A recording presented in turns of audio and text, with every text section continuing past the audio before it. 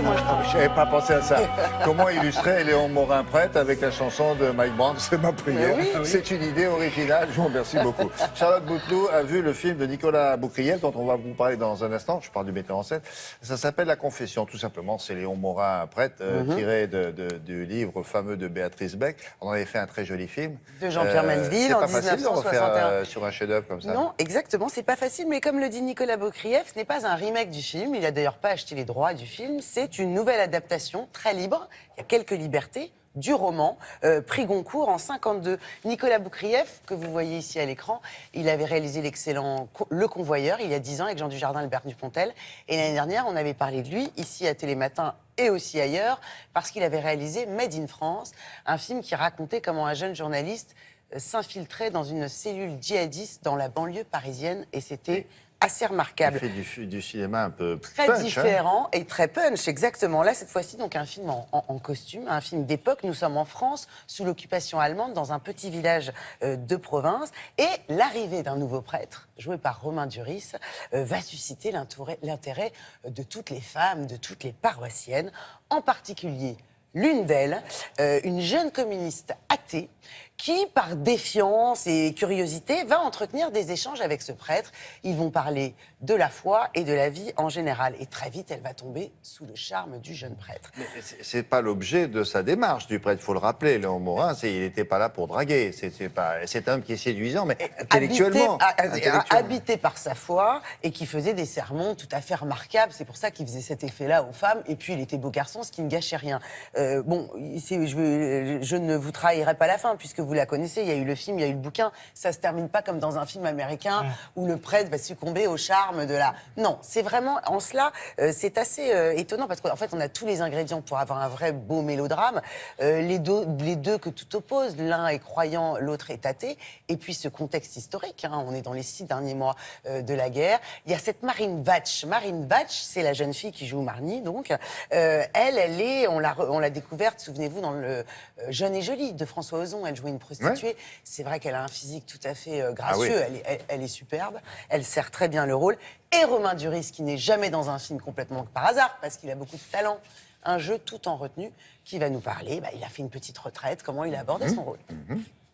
Bonjour Romain. Bonjour. Le cinéma de Nicolas Boucrief, qu'est-ce que ça vous évoquait avant ce film?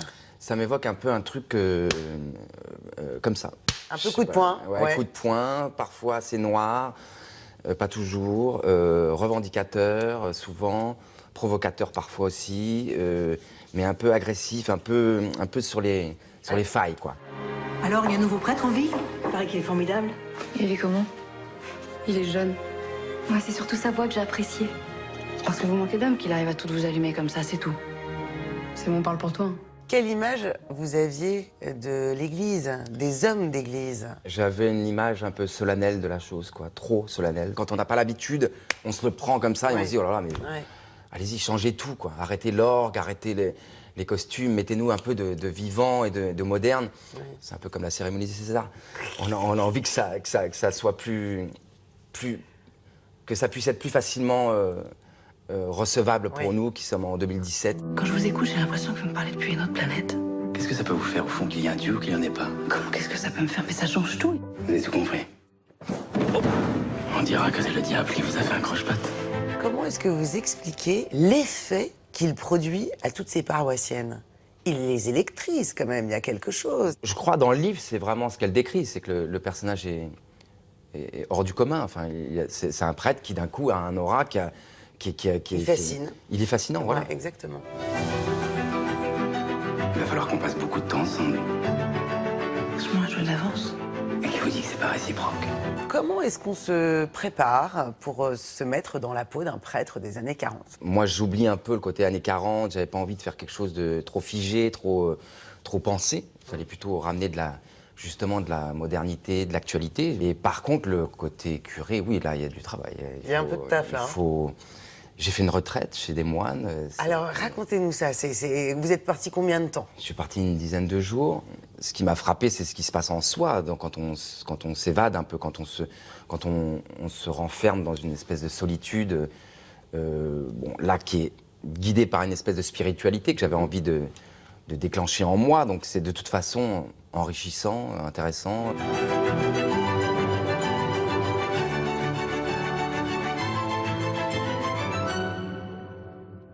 Vous avez déjà tourné avec Jean-Paul Belmondo. Là, vous prenez le rôle, même si ce n'est pas un remake. Jean-Paul Belmondo jouait Léon Morin. Est-ce Ouais. que vous avez eu envie de voir le film Pas et vous du l'aviez tout. vu? Enfin, évidemment que j'avais envie, mais je me suis forcé à pas le voir en fait parce que je préférais me servir de la modernité d'aujourd'hui, Ouais. 2017, la ramener aux années 40 et pas avoir entre les deux un film de Melville que j'allais en plus aimer, je pense, et qui allait peut-être me dévier de ce rapprochement que je voulais avoir. Et depuis, Je l'ai toujours pas vu, mais je le verrai peut-être quand le film sera sorti, voilà. Merci beaucoup, Romain. Ah, Merci. Il n'a pas vu le film de Oui, Melville. oui, bien sûr. Il le verra quand il sortira, dit-il. Oui, il a déjà joué avec Belmondo, il y a quelques absolument. années de ça. C'est un film Dans le désert, vous vous souvenez très pas élégant. Très élégant et Ça sort je dois quand dire assez chic. Merci Thomas, qui sort ce mercredi, c'est-à-dire demain.